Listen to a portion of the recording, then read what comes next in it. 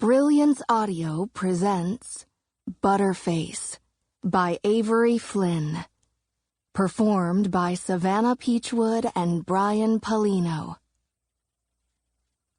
Gina Luca knew one thing, right down to the very marrow of her wedding planner bones. Brides were the devil. And a bridezilla on her 4th round of tequila shots during the reception?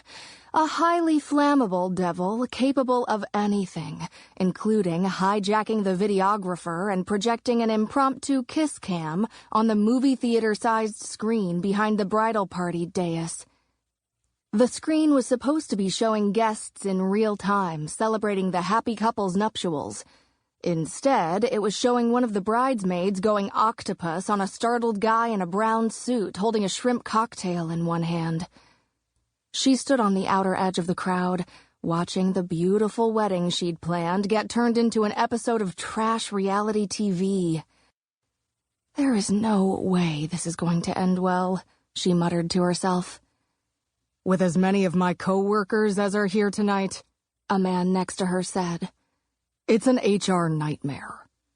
Startled, she turned and took in the man who spoke. Tall, dark hair, green eyes, the scruff of a trim beard. The tie on his tux was undone and hanging loose around his neck. She recognized him immediately. Ford Hardigan. The name fit. He was a cop. He was built tough, muscular, without looking like he couldn't actually put his arms down. He looked hot, solid, and totally out of her league. Not a shocker. Her league was microscopic, which she'd accepted and moved past because she had other things that were amazing in her life that had nothing to do with the size of her dating pool.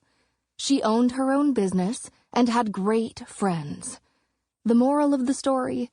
She wasn't the kind to ever turn a hot guy's head, but who the hell cared? Not her. At least that took the pressure off trying to sound cool, which she most definitely was not. "Aren't you just a total romantic?" She softened the snark with a smile. "With a kiss cam? At a wedding reception with an open bar? With about 53% of the Waterbury Police Department in attendance?" He snorted, and somehow managed to make the rude noise sound sexy, because that's the magic good-looking people had. "Romantic isn't the word I'd use for it." She crossed her arms and stared up at him with amusement. The glittering lights in the ballroom must have flickered at that moment, because she could have sworn his gaze dropped down to her mouth, then to her breasts, totally covered in her high-neck green dress, before snapping back up to her face.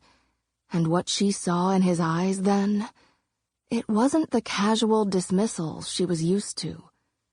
Obviously something wonky was happening with the lights. She'd have to follow up with the hotel staff about it. "How would you describe the situation?" she asked.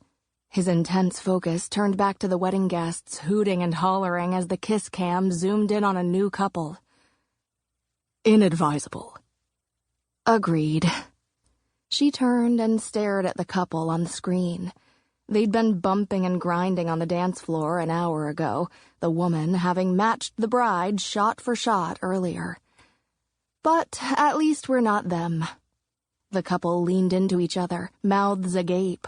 Sloppy didn't even begin to describe the resulting kiss. "Oh man," Ford groaned. "You can see their tongues. I should never have to see Partridge's tongue. That's gotta be a violation of something." Gina smiled up at him, calling his bluff. "You don't use your tongue when you kiss?" "On a kiss cam?" His eyes went wide, but couldn't seem to stop watching the horror unfold on the big screen. "Hell no." She laughed. She couldn't help it. Something about his hot and uptight vibe got to her. "Have you been on many kiss cams?" His jaw tightened.